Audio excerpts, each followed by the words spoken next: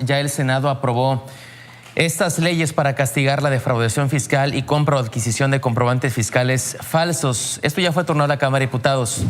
Para hablar de este y otros temas tenemos en línea al senador Pedro Aces. ¿Cómo está? Buenos días. ¿Cómo estás, Samuel? Muy buenos días. Un saludo a ti y a todos tus televidentes. Gracias. Partiendo de este punto primero, senador, ¿ya es una ley, o bueno, ya está en curso una ley como tal que pueda garantizar sin cacería de brujas que haya mayor certeza fiscal y menor evasión en México? Yo creo que ya era momento de poner orden.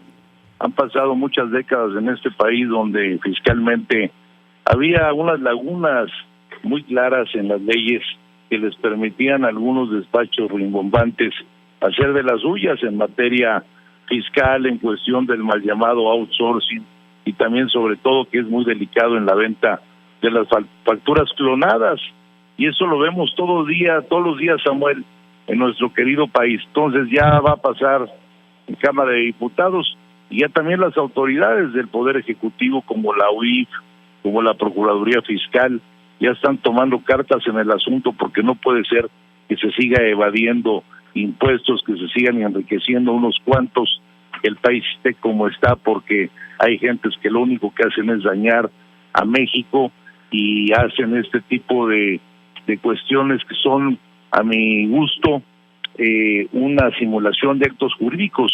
Entonces, esto debe ser castigado penalmente. ¿Por qué? Porque así debe de ser. La ley es la ley y nadie puede estar fuera de ella. Ok, sobre el tema justamente de la subcontratación, ¿qué pueden hacer usted como secretario general de la Confederación Autónoma de Empleados y Trabajadores de México?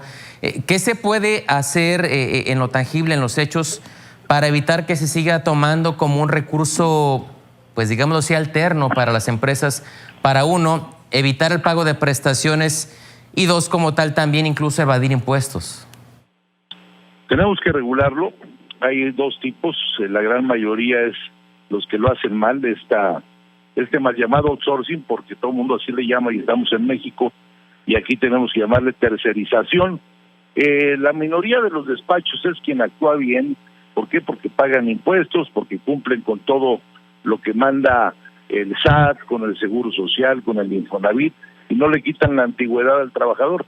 El grave problema de la gran mayoría de estos despachos es cuando al trabajador no le reconocen la antigüedad y le van quitando cada 3 o cada 4 meses la razón social en la que están trabajando y se la cambian por otra. Entonces, cuando él termina su vida laboral y se despide laboralmente hablando de una vida donde dejó 30 años en un lugar físico, pues resulta que en ese lugar físico jamás trabajó, siempre estuvo con otras empresas fantasmas. Entonces es un tema demasiado complicado porque lastima los intereses de mujeres y hombres que son mexicanos, al igual que esos que hacen la tercerización. Entonces yo creo que es muy importante que en estos momentos ya se está tomando cartas en el asunto y se va a dar con toda esa bola de delincuentes de cuello blanco que hacen esa tercerización, lastimando los intereses y los derechos de los trabajadores, pero también lastimando al erario público al no pagar impuestos y al no cumplir con las contribuciones. Contamos ya con un marco legal en México que permita esto. Como tal, ya se puede confiar en una reforma, ya tomando en cuenta las anteriores reformas laborales o los cambios a la ley laboral en México. ¿Ya se vislumbra un escenario para que se acabe con estos esquemas o por lo pronto para que sean mejor regulados y se permita dar certeza jurídica a los trabajadores, por no decir certeza social y laboral? Nos hemos dado cuenta, Samuel, que las reformas de Peña Nieto siempre fueron para tomarse la foto los legisladores y el Ejecutivo.